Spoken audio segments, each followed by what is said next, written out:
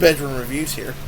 And today I've decided to start a superhero movie marathon. Now I know what you must be thinking. Oh my god, he's going to talk about the MCU! Captain America! Spider-Man! Unfortunately, no. We are talking about a failed universe. And I fucking know there's going to be people in this fucking comment section that are going to be like, what failed fucking universe? Shut your fucking whore mouth. The failed universe that I'm talking about today, is the Snyderverse. Now, I know there are going to be movies that I talk about in this marathon that were not made by Zack Snyder. But most of these movies do connect to the Snyderverse. So, yes, we have to talk about them. Now, what is the Snyderverse? Well, the Snyderverse, or as it's officially known, the DCEU, or the Detective Comics Extended Universe. Yes, Detective Comics Comics. Yes, that's DC's official name.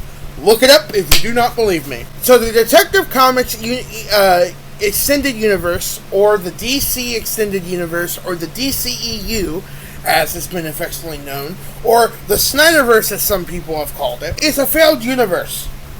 I know. Shocker. But I am going to delve into why it was a failed universe as we go through this movie marathon. But every single universe has to have its start, right? The MCU with Iron Man, the Dead universe with The Walking Dead, or Dawn of the Night of the Living Dead. Every universe has to have its start, right? Well, this universe's start was a solo movie. The movie that I'm talking about today. Man of Steel. Now, Man of Steel, this is Superman's solo film to start this universe off. I know. What is the plot of this movie? Well, it starts on Krypton, and we see a woman giving birth to a baby. The miracle of life. Feel like the fucking Lion King. The circle of life. It's a good movie. I should stop making fun of it. But not the point. Point of the matter is, I talk with my hands.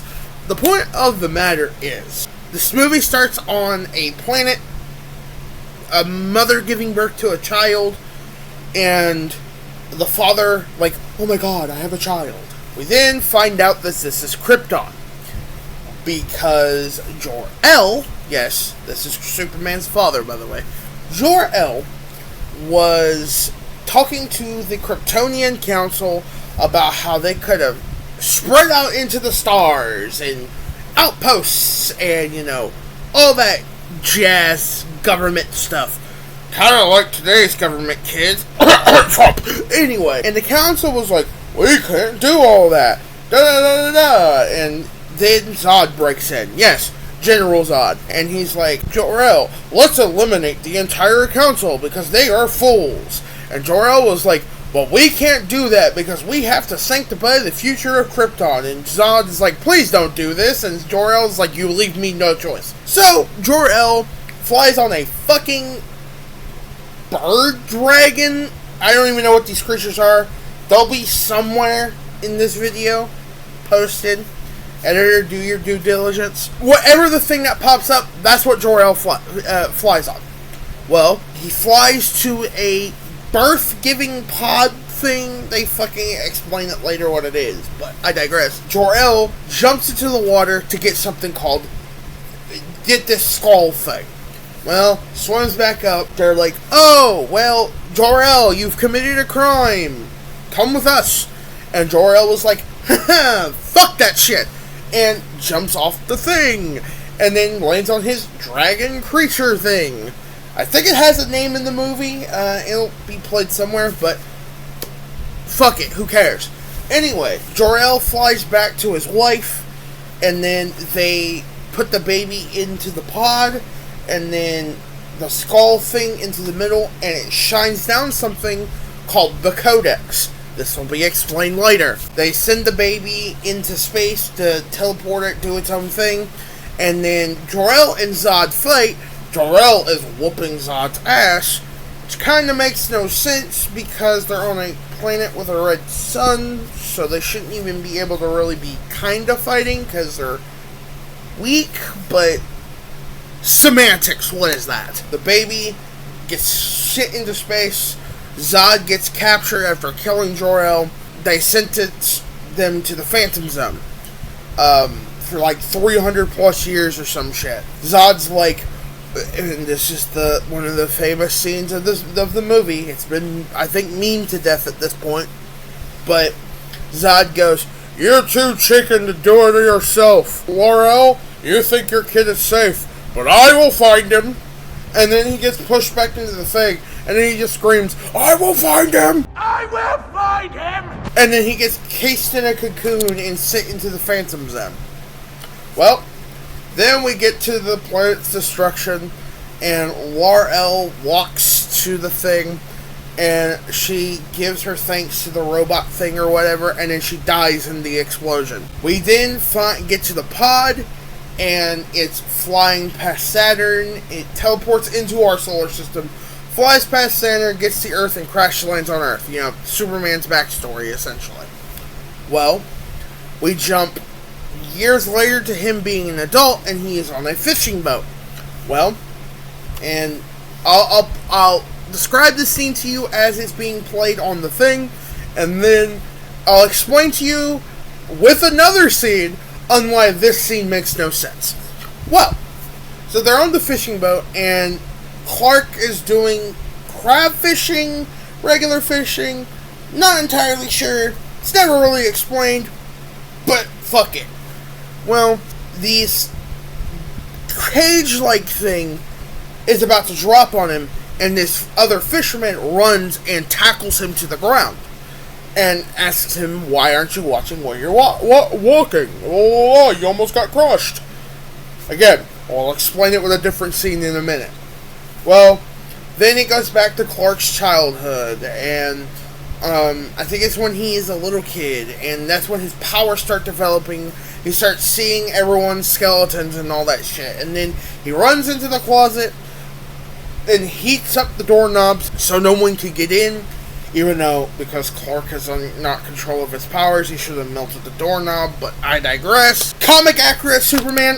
What's that? But then Martha shows up, which I don't know if they called her beforehand, or she just knew something was going on and showed the fuck up. They never explained that. She just shows the fuck up, and she's like, "Clark, what's going on?" And Clark goes, "All the voices are too loud." And then she goes, "Well, just focus on my voice. There's an island, swim to it." And then that's how she coaxes young Clark out. Well, then it goes back to his adulthood, and fucking because during the whole boat scene, and I know I'm skimming through the plot because honestly, you know, I feel like if you're wanting to watch the movie, you should watch it for yourself. So I skimmed through most of the plots, but I digress. During the whole fishing boat shit, he saves a bunch of rig crew workers and holds the thing up as the thing's collapsing, and then that's when we get the child thing because he's in the water. Well, then he washes up on shore, and he ends up stealing a person's clothes. Yep, our Superman, ladies and gentlemen, and theys and thems and everywhere in between. They miraculously fit him. Somehow. Clothing sizes, what are those? So he obviously, you know, starts hitchhiking, stuff like that. Then we go back to another flashback scene where there's Clark's on a bus full of children, and the driver gets knocked out by something. He crashes into the river, and then the bus sinks really quickly, might I add. I don't know why it sinks that fast. Science will be somewhere, but it sinks really fast, and then Clark, and again, it's never explained how the fuck he has enough leverage to push it to shore, but he pushes the bus to shore, so nobody drowns, obviously. And he saves the kid from drowning. And then there's a scene in the flashback where the mother of the kid that he saved was like, oh, well, we saw Clark do this, and this, and it could be divine providence, Martha. Maybe God sent him. Da, da, da, da. There's a lot of Jesus allegory in this fucking movie. I don't know why. It's Superman, but I digress. Well, Clark, overhearing the entire conversation, runs away. Well, Jonathan Kent, who's played by Kevin Costner, who's a Republican, by the way, but who's talking? He gets to Clark, and he tells Clark, he's like, well, you shouldn't have done that, because you don't want people to think that you're weird. People are scared of weird. And Clark goes, what was I supposed to do? Just let him die?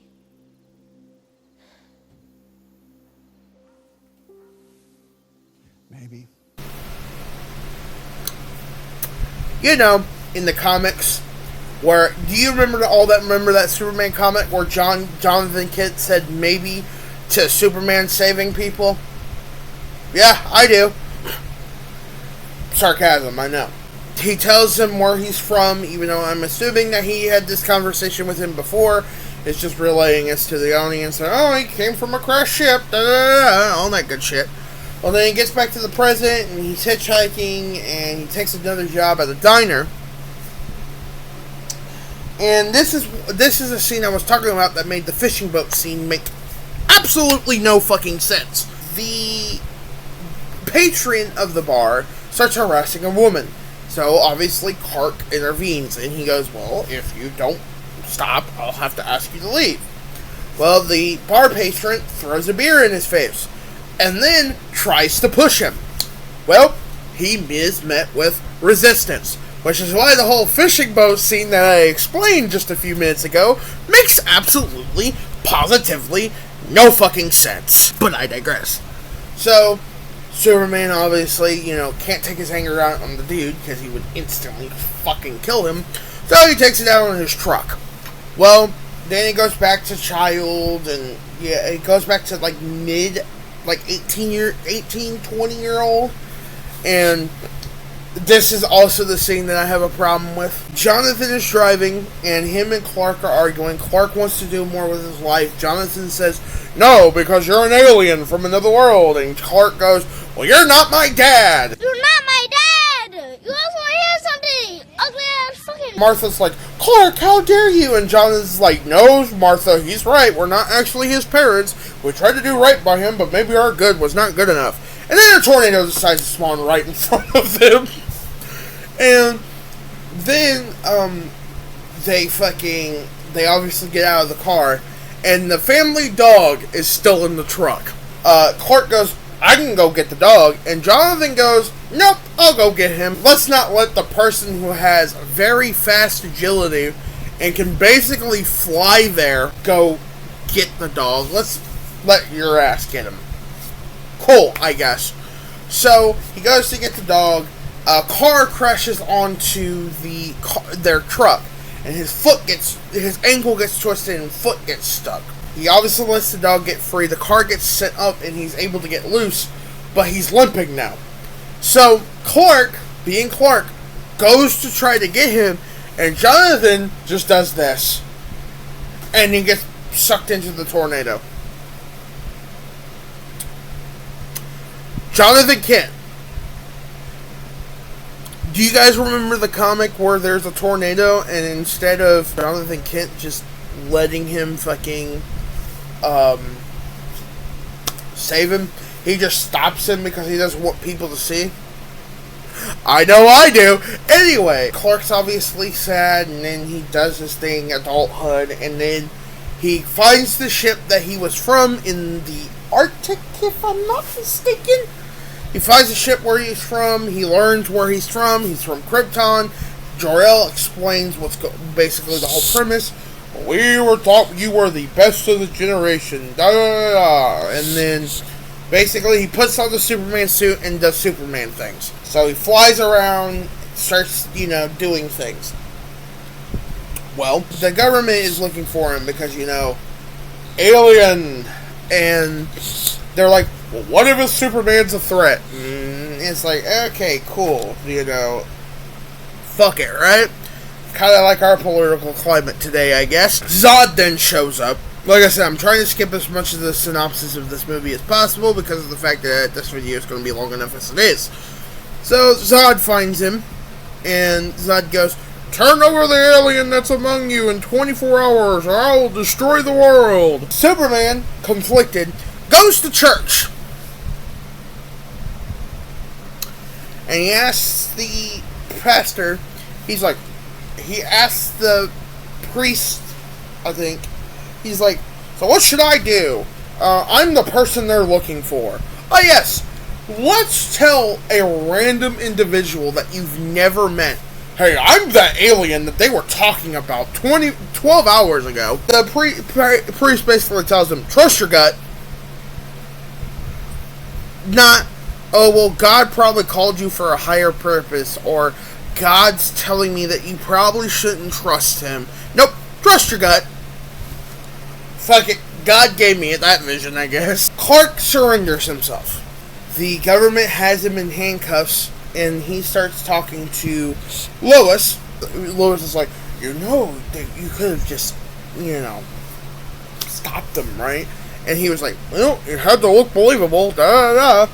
And then he basically does the magic trick where he's like, I know who you are, I can see it in your thing, and, you probably think I'm a threat, but there's nothing you can do to stop me. And then he casually just breaks his handcuffs.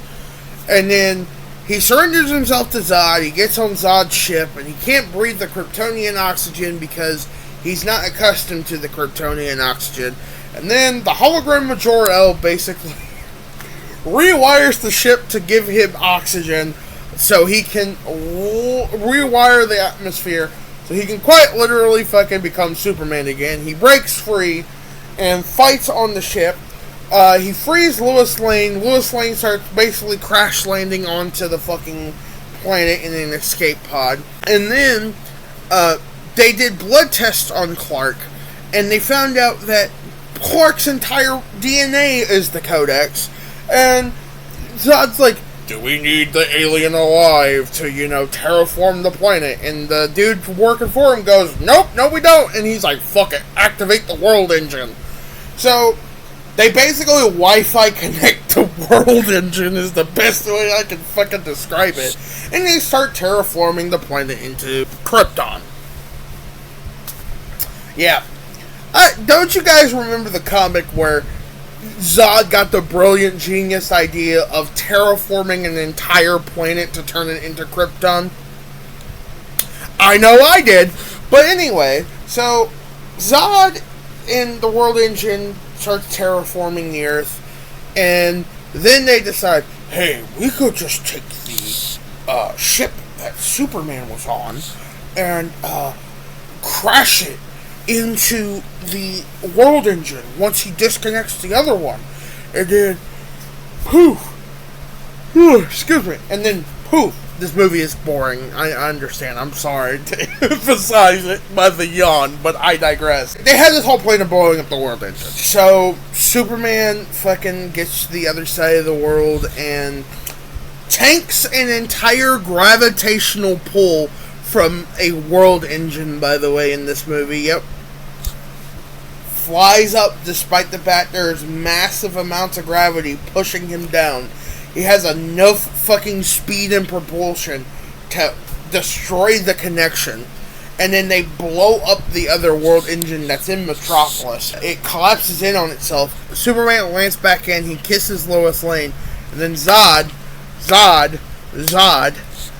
shows back up.